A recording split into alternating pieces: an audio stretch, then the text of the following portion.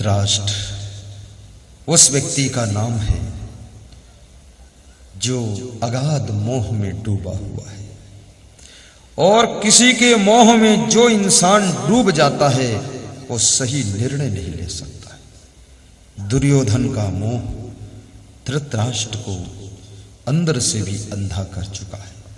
बाहर का अंधा होना उतना नहीं भटकाता है जितना भीतर का अंधा होना भटका सकता है।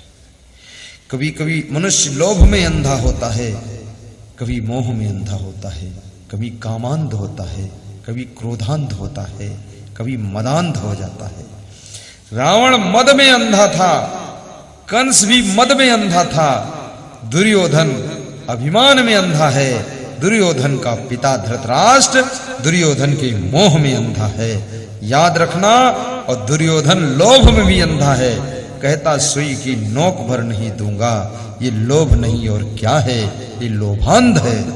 और जब मनुष्य लोभांध, मदांध, कामांध, मोहांध, क्रोधांध हो जाता है तब उसके अंत की शुरुआत हो जाती है। मोह में अंधा धृतराष्ट्र बहुत दुखी है, ठीक फैसला नहीं कर पा रहे हैं। धृतराष्ट्र का मन दुख में डूबा हुआ है। विदुर जी कहते हैं कि राजन, चिंता करने से, टेंशन करने से, तनाव करने से 4 चीजों का नुकसान होता है। संतापाद भ्रश्यते रूपम, संतापाद भ्रश्यते बलम, संतापाद भ्रश्यते ज्ञानम, संतापाद व्याधिमिच्छति। संताप करने से मनुष्य का सुंदर रूप नष्ट हो जाता है। जो लोग ज्यादा चिंता करते हैं उनके चेहरे की सुंदरता विदा हो जाती है। बड़े बदसूरत जवानी में ही दिखने लग जाते हैं, भूत प्रेत जैसा उनका चेहरा दिखाई देता है। टेंशन करने से कोई लाभ नहीं है। याद रखना, धन की हानि हुई तो हुई, सामान की हानि हुई तो हुई, अब अपने शरीर की हानि क्यों करते हो। संतापाद भ्रश्यते बलम, और संताप करने से, टेंशन करने से मनुष्य का शरीर बलहीन हो जाता है, कमजोर हो जाता है। टेंशन और चिंता ऐसे है जैसे लकड़ी में लगा हुआ दीमक। ऊपर से लकड़ी दिखती है बिल्कुल ठीक है, लेकिन भीतर भीतर लकड़ी को दीमक ने खोखला कर दिया है। लकड़ी से बना हुआ मकान ढह जाने की संभावना है, क्योंकि दीमक ने खोखला कर दिया है। जिसके शरीर में चिंता का दीमक लग गया, अब ये शरीर रूपी महल भी ढह जाने की संभावना है। संभालो इसको। संतापाद भ्रश्यते ज्ञानम, और संताप करने से, चिंता करने से, टेंशन करने से ज्ञान भी नष्ट हो जाता है।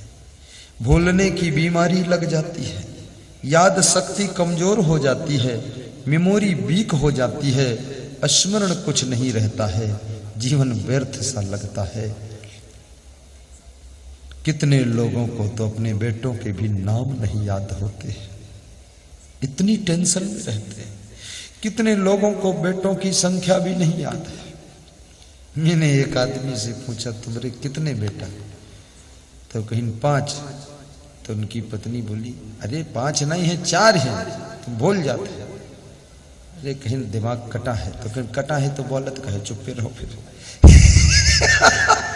दिमाग कट गया। ये क्यों कट गया? और जितना चिंता करोगे, टेंशन करोगे, तनाव में रहोगे, उलझन में रहोगे, उतनी समस्याएं बढ़ने वाली है, संकट के बादल छाने वाले।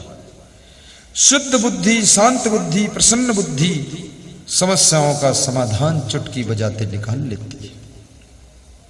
प्रसन्न चेत सोहिया सुबुद्धि पर रोतिष्ठते, प्रसादे सर्व दुखानाम हानिरस्योपजायते, राग द्वेष वियुक्तस्तु विषयान इंद्रियश्चरन् आत्म वश्यैर् विधे आत्मा प्रसादम अधिगच्छति। श्रद्धा लभते ज्ञानम तत्परा सहितेन्द्रियः ज्ञानम लब्ध्वा पराम शांतिम अचिरेण अधिगच्छति। विहाय कामान्यः सर्वान् पुमाश्चरत् निःस्पृहः निर्ममो निरहंकारः सह